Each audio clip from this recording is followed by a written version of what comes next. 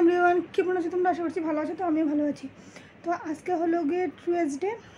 তো যাই হোক, তো ব্লগটা অনেকটা লেট হয়ে গেছে। আমি স্নান করে আস্তে আস্তে প্রায় 11:10 হয়ে গেছে গিয়ে। এখন যাবো ঠাকুর দেবো, তারপরে কিচেনে আসবে, এসে রান্নাবাড়া করবো। তো আজকে অনেকটা লেট হয়ে গেছে, তার জন্য আমি ইন্ট্রোতেও বলে দিচ্ছি আর কি। তো একবারে তোমাদের সাথে কিচেনে গিয়ে দেখা হবে, জাস্ট আমি ইন্ট্রোটা দিয়ে যাচ্ছি।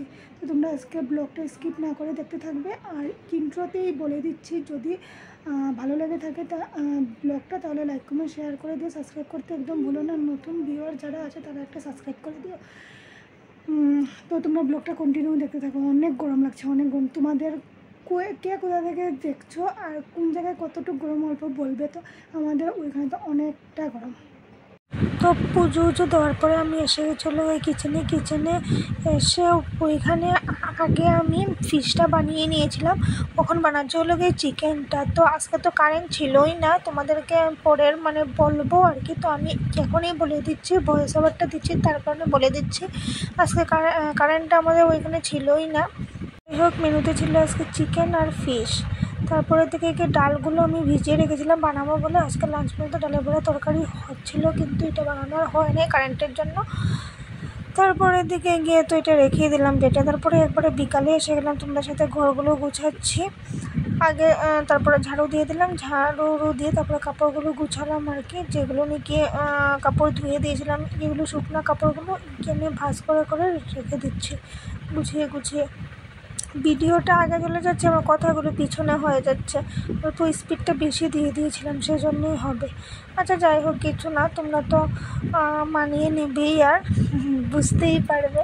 তো যাই হোক, আমার এই যে কাপড় গোছানোটা কমপ্লিট হয়ে গেল। কাপড় গোছানো কমপ্লিট হওয়ার পরে একবার অল্প স্নান করে নিলাম, এতটাই গরম লাগছিল আমার। তো তোমরা আজকে ব্লগটা কন্টিনিউ দেখতে থাকো, স্কিপ করবে না। আমার স্পিডগুলো অল্প বেশি হয়ে গেছে।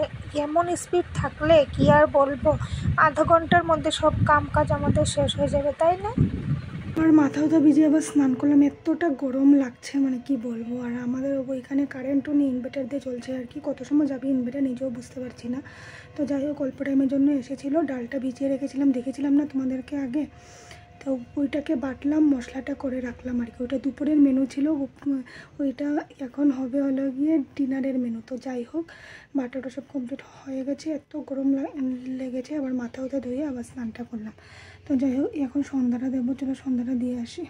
তো সন্ধ্যাতে এসে গেলাম হলো গিয়ে তুলসীর তলাতে ফার্স্টে আমি দিয়ে দিচ্ছি। তারপরে যাব হলো গিয়ে ঠাকুর ঘরে সন্ধ্যা দিতে আর কি, টুকার দিতে। তো ওইখানে আমার তুলসীর তলায় প্রদীপটা দেওয়া হয়ে গেল। আর ওইখানে আমি এখন ধূপকাঠিটাও দিয়ে দেবো। ফার্স্ট টাইম আজকে তোমাদের সাথে ওই তুলসীর তলায় ভিডিওটা শ্যুট করলাম, শেয়ার করলাম আর কি।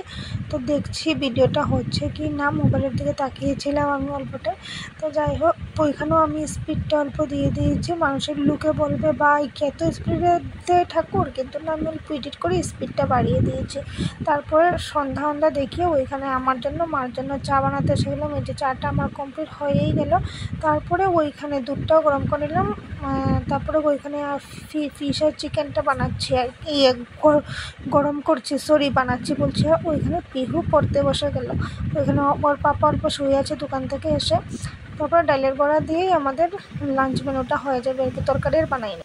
লাঞ্চ মেনু বলার জন্য ডিনার বলতেছিলাম, লাঞ্চ এসে গেল। তো ওই রিলসটা বানিয়েছিলাম, তো তোমরা পেয়েই যাবে, শেয়ার করে দেবো আমি। ওই রিলসটা দিয়ে কথাটাকে আগ বাড়ালাম আর কি।